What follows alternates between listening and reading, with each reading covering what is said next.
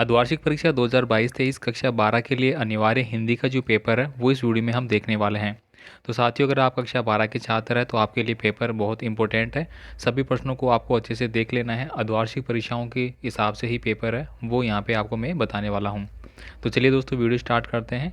Video start करने से पहले आपसे रिक्वेस्ट होगी, चैनल पर आप नए हैं तो प्लीज़ चैनल को सब्सक्राइब जरूर कर लेना।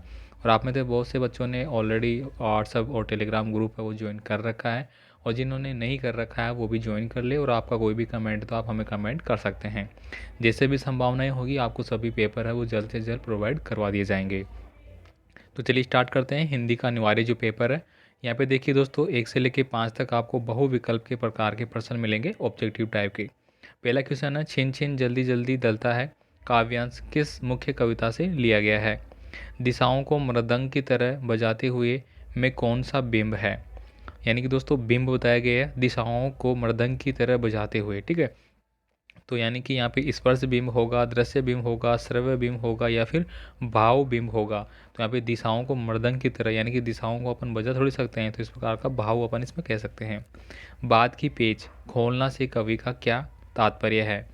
यहाँ पे देखिए अगला है, पहलवान की ढोलक मुख्य रूप से किसका वर्णन करती है? नेक्स्ट देखिए यहाँ पे, चार्ली चैंपियन की पहली फिल्म कौन सी थी? अब यहाँ पे आपको फिल इन द ब्लैंक मिल जाते हैं। मेरा घर गंगा पर है वाक्य में जो शब्द शक्ति का प्रयोग हुआ है वो कौन सी हुआ है?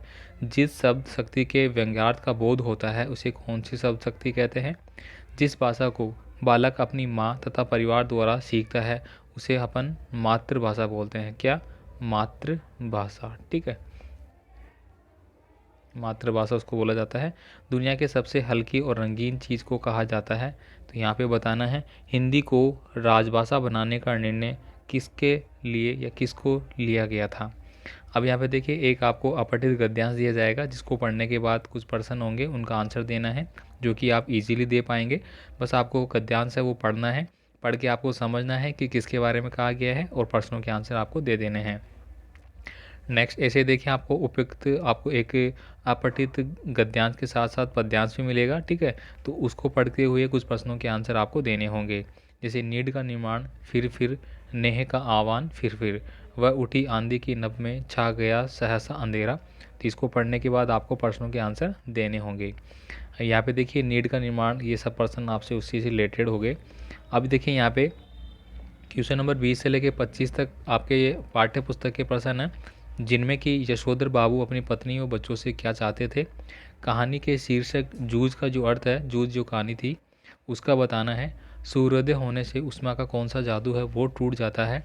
सोफिया की भाभी ने नमक की पुड़िया ले जाने से क्यों मना कर दिया था? कैमरे में बंद अपाहिज करुणा के मुखौटे में छिपी क्रूरता की कविता आपको स्पष्ट करनी है। इसके बाद देखिए यहाँ पे, बाजार का जादू चढ़ने उतरने पर मनुष्य पर क्या क्या असर पड़ता है? जनसंचार के प्रमुख साधन कौन कौन से हैं? बसंत पाटिल ने दोस्ती होने के बाद लेखक के व्यवहार से कौन से परिवर्तन किए थे? तो ये सारे इंपॉर्टेंट जो प्रश्न हैं, अति महत्वपूर्ण, वो मैं आपको बता रहा हूँ, जो कि आपकी परीक्षाओं के लिए काफ़ी इंपॉर्टेंट है, और आपकी परीक्षाओं में पूछे गए ही प्रश्न यहाँ पे इंक्लूड किए गए हैं। यहाँ पे देखिए अगला है आपका 28 का, बसंत पाटिल से दोस्ती के बाद ये हो गया। हरिवंश राय बच्चन अथवा जैनेन्द्र कुमार का जीवन परिचय के बारे में आपको कृतियाँ लिखनी है। इसके बाद देखिए यहाँ पे, अतीत के दबे पाँवों के आधार पर आपको बताना है कि कामगारों या फिर कर्मचारियों के घरों को कैसे पहचाना गया था। अब आपको यहाँ पे सहप्रसंग व्याख्या वाले मिल जाते हैं, इनमें से दोनों में से आप कोई सा भी कर सकते हैं, दो आपको दिए गए हैं। सहप्रसंग व्याख्या में दोस्तों आपको सबसे पहले प्रस्तावना लिखनी होती है, उसमें आपको पाठ से किस कविता से लिया गया है, कवि का नाम क्या है, ये लिखना होता है। उसके बाद आपको इसकी व्याख्या करनी होती है। इसके बाद देखिए यहाँ पे एक गद्यांश मिलेगा, उसकी भी आपको क्या करनी है, सहप्रसंग व्याख्या करनी है, जिसके लिए देखिए यहाँ पे ये दिया गया है, दोनों में से आप कोई सा भी कर सकते हैं। इसके अलावा देखिए यहाँ पे किसी एक विषय पर आपको निबंध लिखना होगा। निबंध की मैं बात करूँ तो यहाँ पे, जल और जीवन के आधार, जीवन में खेलों का महत्व, कोरोना वायरस 21वीं सदी महामारी, अनुशासन का महत्व, इनमें से आपको करना होगा।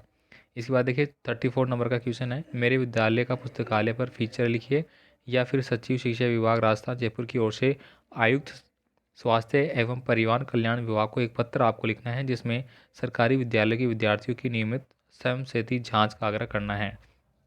इसके बाद देखिए अंतिम प्रश्न है, भक्तिन पाठ के आधार पर आपको भक्तिन का चरित्र चित्र बताना है, या फिर शहर से स्वीकारा है कविता का मूल प्रतिपाद संदेश क्या है, ये आपको बताना होगा। तो आपसे मैं फिर से रिक्वेस्ट करूंगा, चैनल को अगर सब्सक्राइब नहीं किया तो सब्सक्राइब जरूर कर लेना, ताकि आपको एग्ज़ाम से रिलेटेड जो भी आपका कंटेंट है सारा आपको यहाँ पे प्रोवाइड करवा दिया जाएगा। तो मिलते हैं अगले पेपर के साथ, जो आपकी अर्धवार्षिक परीक्षाएं अभी होने वाली है उनके रिगार्डिंग जो भी पेपर है वो सारा आपको मैं दे दूंगा। बाकी पेपर की PDF फाइल के लिए आपको व्हाट्सअप और टेलीग्राम ग्रुप ज्वाइन कर लेना है। टेलीग्राम में ऑलरेडी अपलोड कर दिया था, व्हाट्सअप पे भी कर दूंगा। पासवर्ड की बात करें तो पासवर्ड आप यहाँ पर लिख लेना, पासवर्ड मस्ट रहेगा। तो पासवर्ड के लिए दोस्तों मैंने पहले भी अनाउंस किया है कि जो पहला कॉमन वर्ड है वो हमारा जो चैनल का नाम है वही रहेगा, एजुकेशन लाइन। अब यहाँ पे 12th की हमने क्या करी है, हिंदी का पेपर लिया है, तो यहाँ पे 12th और फिर आपको लिख देना है हिंदी। ठीक है, तो ये आपका पासवर्ड रहेगा, एजुकेशन लाइन 12th हिंदी। ठीक है, इसको जैसे आप डालेंगे PDF फाइल ओपन हो जाएगी। मिलते हैं अगले वीडियो में, धन्यवाद।